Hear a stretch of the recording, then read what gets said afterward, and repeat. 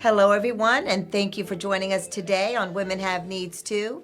Women have needs too. Right now, I need to learn more about insurance because, as much as we hate to pay for it, we know we need it.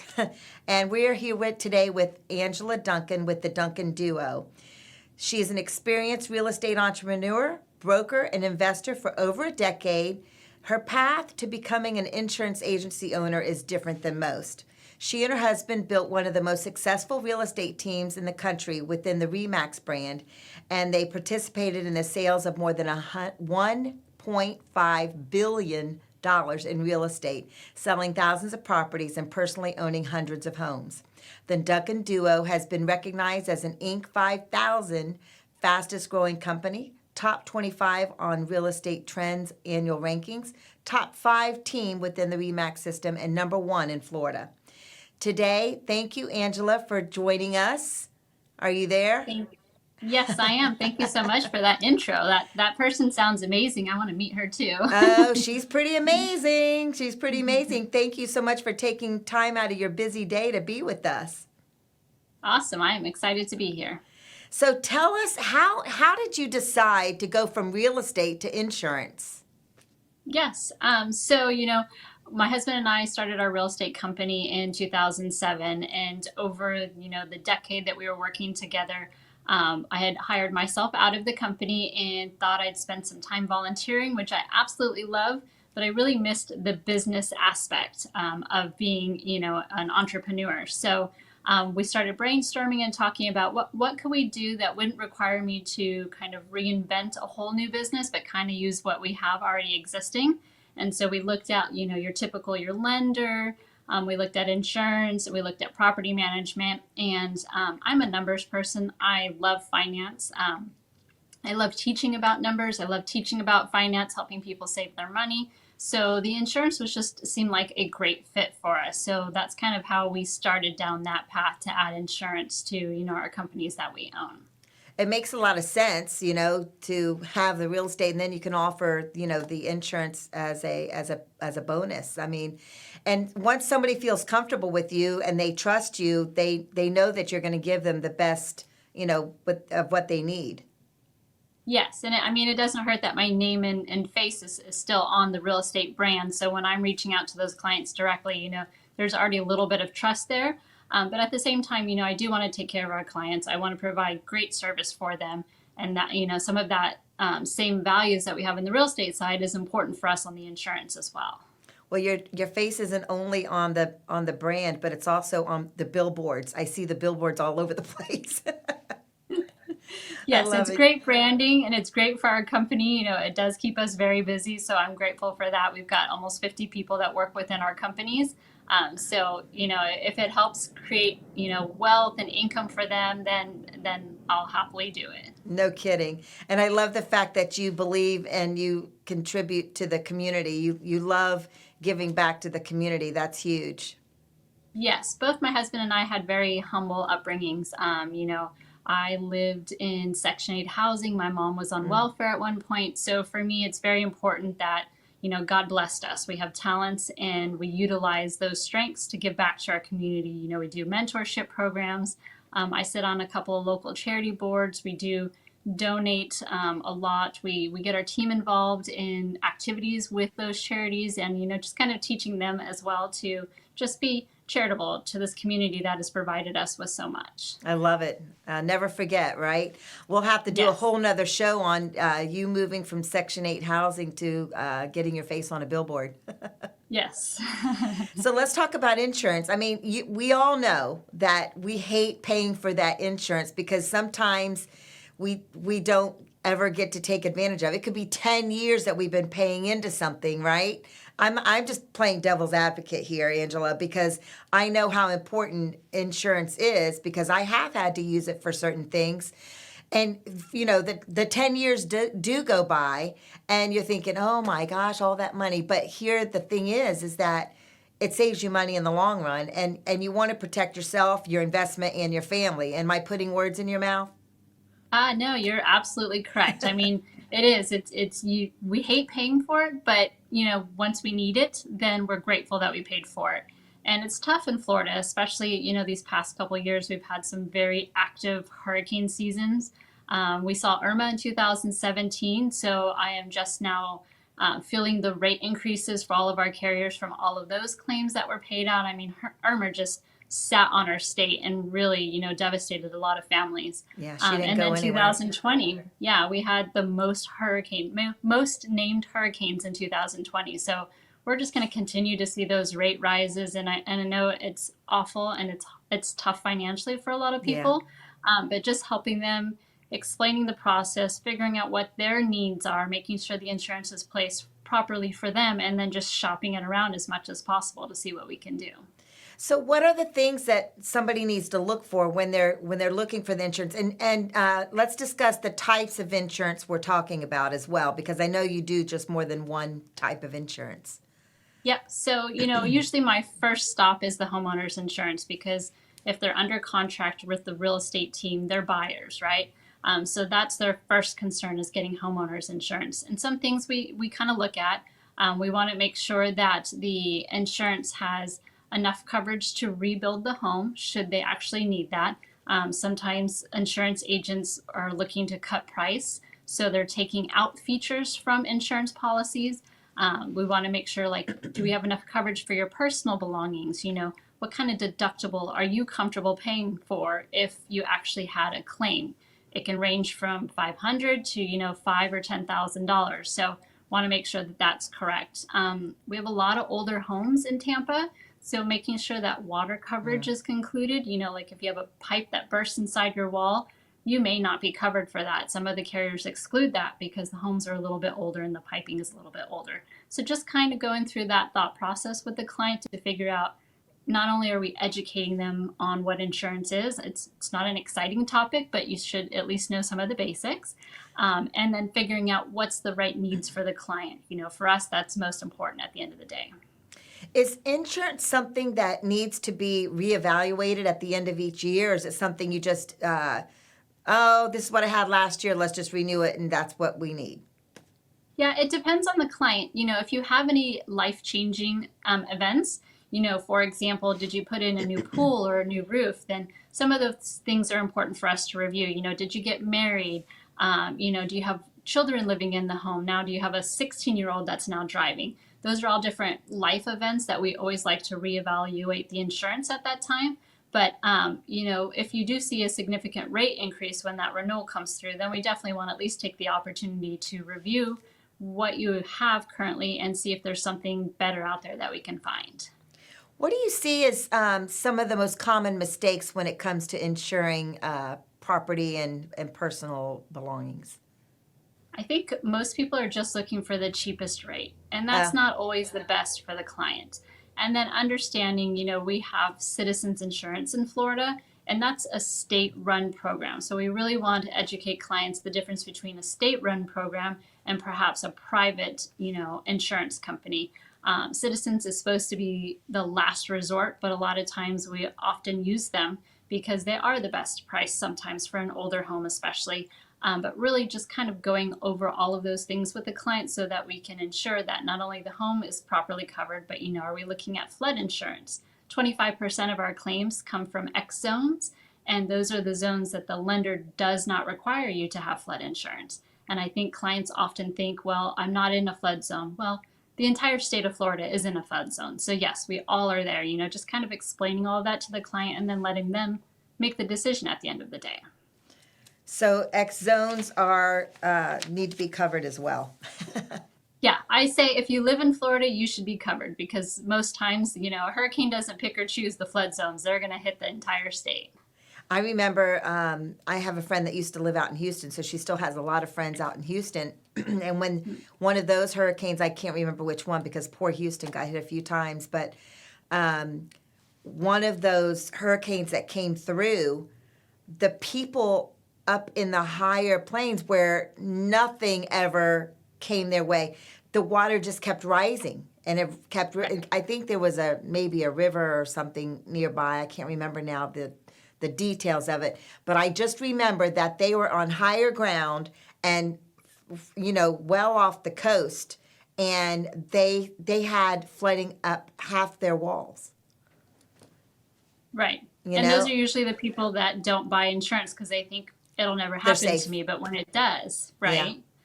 Yeah, So sad. absolutely. And there's areas that a huge population don't cover insurance. It's crazy. Right. Right. It's crazy. So, all right. So let's get back. So they don't look for the cheapest insurance. So when you go in to evaluate someone's, I wanted to ask you something too, because I take my notes. State run versus what? So, Citizens is the state of Florida insurance. It's supposed to be the insurance of last resort, meaning, a client has an older house, they don't have updates to their plumbing, electrical, maybe they've had a few claims over the years. That's kind of the purpose behind Citizens. But a lot of insurance agents are now placing clients with that insurance company without always explaining to them what that is. So it's important for you to understand that, that is really a state run program versus more of a private market. So here in Tampa Bay, some of our more popular carriers is like Heritage Insurance, Tower Right. Hill, and none of those are owned by the state. They're private entities. Right. So you're going to basically have better coverage. Yes. And it's not always, the most expensive, right? No, no, absolutely. And there's things that we'll educate the client on. For example, if they're going to put on a new roof, they know that the roof is a little bit older. It's crazy to think, but the carriers are now looking at 10 years being an old roof. Well, if you're a homeowner, it doesn't seem like that old, but for a carrier, that's very risky. We've got high wind, so a lot of those factors kind of play into the rates. And just again, it goes back to educating the clients and making sure they understand. I hear you. So when you go in to evaluate somebody's current situation, and I guess a lot of times it's going to be their new home. Is that right? Yes, that's most of what I'm working with. We do get a lot of referrals from past clients who, they received that bill, they've seen the big increase, and they're like, there's got to be something else out there for me. So we do get a lot of referrals, but most of our business is new buyers under contract. So is there some mathematical equation that you follow? I mean, I know you said, make sure that your property can be rebuilt and that you can cover your personal belongings. I mean, are there any other details that you can instruct on? Sure. So each carrier kind of has their own what's called a replacement cost estimator. So what I'm doing as an insurance agent is I'm entering in information, how old is the house? How many square footage is under the heated square footage? How many bathrooms, bedrooms, garages, all of those features of the home. And then the insurance carrier will look at it and say, okay, so if I have this property, it's going to cost X to rebuild it. So if we lost the house tomorrow, God forbid a fire or something happened and we had to completely rebuild the home, they're estimating what it's going to cost in order to rebuild that home. So each of the carriers kind of have their own calculators. But being in real estate, building homes, I'm pretty familiar with what cost per square footage looks like in our area as well. I'd say pre-COVID, because right now construction costs are a kind of bit higher because of all of the lack of inventory we have, not only in housing and supplies. I want to talk about that too. Yeah, so we look at that and we talk about that with the client, because I think one of the biggest mistakes they think is, okay, so I bought my home for $500,000, I need to insure it for $500,000, and that's wrong. They're completely independent from each other. What you pay for a house and how much it costs to build it have no relevance to each other, and so that kind of gets confusing, especially for the new first-time home buyers. Isn't that the truth?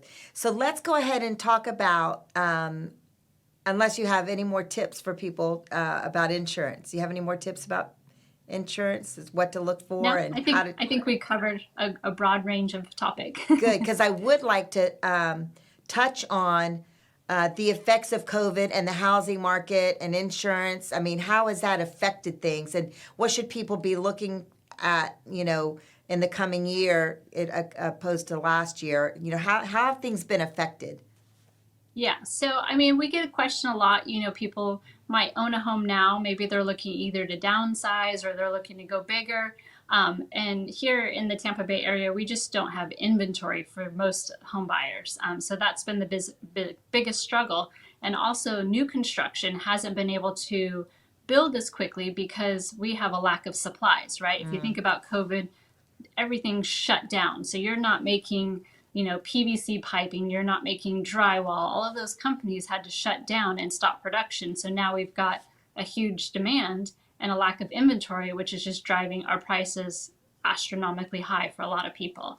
So what I see on the insurance side is people will see that increase in insurance rates, and we'll talk about like an older home versus a newer home and what the insurance looks like. But sometimes it may just make sense for them to sit tight for a little bit, kind of let the market calm down a little bit, and then see what their next step is. And then we'll just reevaluate their insurance to help them stay a little bit longer without feeling that huge increase with the insurance rate. And what are you seeing with the market? I mean, because you talked about lack of inventory, and I know that in Florida alone, and plus some other states too, not just Florida, but I know Florida has been hit hard with an influx of people moving from the north because of COVID and coming down to this area, and other states as well. Again, it's not just Florida. So you talked about lack of inventory. Is that mainly because of the influx of Northerners moving into the area? Yeah, we do think that, yes. So if you look at Nevada, Arizona, Texas, and Florida, that's where the majority of people are moving into. They're leaving like the northern states, leaving California. Some people are doing it for political reasons. They may not have agreed with how things were handled. But yeah, they're getting out of those states. Florida is obviously amazing. We live here. We have no state income tax. That's a big draw, especially for the Northerners. And then, for me, trying to explain insurance to them, because it's different here, right? We have different issues and concerns than someone who might live in New York, for example. We don't worry about freezing pipes or basements flooding, and we have different concerns when it comes to insurance. But we are definitely seeing the huge influx in population coming from the other states into Florida. Yeah, and those people moving in here are going to learn the different aspects of it. And but you're right, moving in here, they're thinking about what was going on up there and not the different aspects of flooding. Maybe they are. Maybe they're scared to death of it. I don't know. But I grew up in Florida, so I'm not really scared of it, but I'm conscious of it. Do you know what I mean? Yes.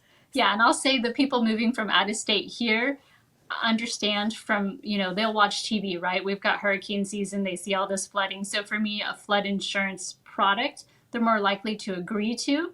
I personally believe that everyone in Florida should have a flood insurance policy. So it's easier for me to help convert them to understand that than versus someone who's been here and has been through a lot of hurricanes and they're like, nah, don't need that product. So, then I always get concerned because what if they need it and they said no? So I'd feel awful at that point.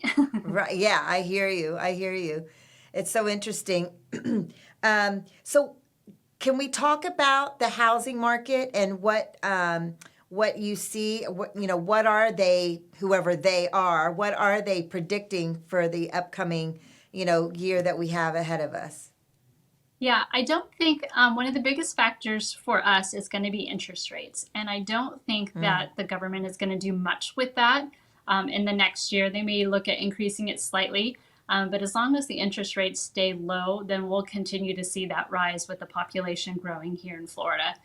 So between, that growth, the lack of supplies, not enough builders are building houses quick enough, we do expect that we'll continue to see that boom at least through the end of 2021. Now, maybe next year with the change in tax structure, here in Florida, we're fighting, we're part of the Florida Association of Realtors, so we're fighting to make sure that the homestead stays in place, with that tax advantage for homeowners. And also, if you sell and then buy, or if you don't buy another property, there's certain criteria where if you're single or if you're married, part of that gain is not taxed. So we are advocating and going to our local governments to make sure that they understand the real estate side of the transaction, because it really is important for clients to be able to still take advantage of those the tax write-offs that they do. Oh, I was going to ask you about that too. Do you see as many? I remember back in the 2000, the early 2000s, a lot of the new developments were having an influx of investors buying up the inventory and then reselling or leasing out to, for investment purposes. Do you see a lot of that happening this year and the coming year as well? Not as much, I think, because the rental rate of return isn't as great as it was back in like the early 2000s or even like 2010 to through like 2012, 2013. Our home prices would give a relatively good return for an investor. I think sometimes what we are still seeing is maybe the Asian market coming in with cash and buying second homes and hoping for the appreciation there. But as far as investors for rental properties, not as much. It's just not happening right now. And you see the housing market doing what? Kind of staying flat right now till we see what's going on with the interest rate, or? Yeah, we're going to continue to see the prices go up. That's just going to Oh, happen in Florida with the population. Yeah, we have a lack of supply with the higher demand. You'll continue to see the prices go up here in Florida, at least for the next year. so buy now and call Duncan Duo for. Did you call the insurance site Duncan Duo as well? What do you have a different name for No, it? no, we actually wanted to separate it a little bit because as we grow it, I want other real estate agents to utilize our company. We've got great service. We have access to a lot of people. I hire people who have good integrity, good knowledge. So it's called We Insure the Bay or We Insure Tampa Bay. And so that way it kind of has its own identity, its own brand, and other agents aren't reluctant to use it for fear of maybe losing business or something. That we really wanted it to have its own personality. Yes, I understand, and I love it. We insure Tampa Bay, and call Duncan Duo. How can they get a hold of you if they have questions? Yep. So weinsurethebay.com is our website. Our main phone number is 813-579-1605. And I don't know how much time we have left, but I also wanted to talk a little bit about female mentorship programs. It's something that we're very passionate about. My team is all ladies, and so we love to get out in the community and kind of just give back, volunteer. If there's other business owners that are either struggling or just starting their business, feel it's a very different animal when you're a women-owned business. And Yes. so we like to get out there and just help as much as we can for those women who are entrepreneurs and just need some business guidance as well. I love it. That is so important, and I'll probably have some women to send your way. Who knows? I'll call Awesome. you too. I believe in women inspiring and empowering other women, and so that's so important for you to bring that up, and I really appreciate that. Um, because of what we've all gone through in the last year, there have been a lot of new entrepreneurs out there, male and female, men and women, and I think even more women than men have gone into business for themselves since COVID hit. So that is definitely a plus, and such a beautiful thing that you're doing, Angela. So thank you so much, and I'm glad you brought it up. Yeah. But Statistics actually show, like you said, during COVID, there's more women entrepreneurs because in the family dynamic, the women are having to stay home with the children who didn't have access to school or daycare. So they want to still provide for their families. So they're thinking, what kind of business can I do from my home? And that's why I think we saw a lot more women entrepreneurs this past year. I love it. Absolutely. Well, thank you so much for joining us today. Wonderful information. Now we are all a little bit more educated on not being so afraid of insurance and attacking it because it's the beast that we need. Yes, definitely. Women have needs too. Right now, I need to be properly insured. Thank you so much, Angela, with We Insure Tampa Bay. And thank you so much, and have a great day, and keep on helping other women. I love it. Awesome. Thank you for your time today, too. All right, everybody have a great day.